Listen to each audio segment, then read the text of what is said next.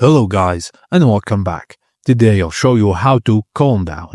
When you're feeling overwhelmed or stressed, calming down can take intentional effort. Here are steps to help you relax and regain control. 1. Take deep breaths. Breathe in slowly through your nose for 4 seconds. Hold your breath for 4 seconds and exhale through your mouth for 6 seconds. Repeat this cycle until your heart rate slows and you feel more at ease. 2. Ground yourself. Use the 5-4-3-2-1 technique. Notice 5 things you can see, identify 4 things you can feel, listen to 3 things you can hear, and acknowledge 2 things that you can smell, and recognize 1 thing you can taste. This helps focus your mind on the present moment.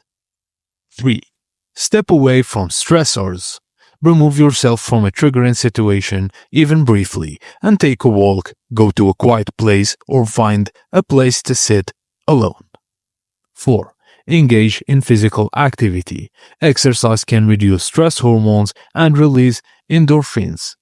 Just try stretching, a short walk, or doing jump jacks or yoga. And finally, use positive self-talk.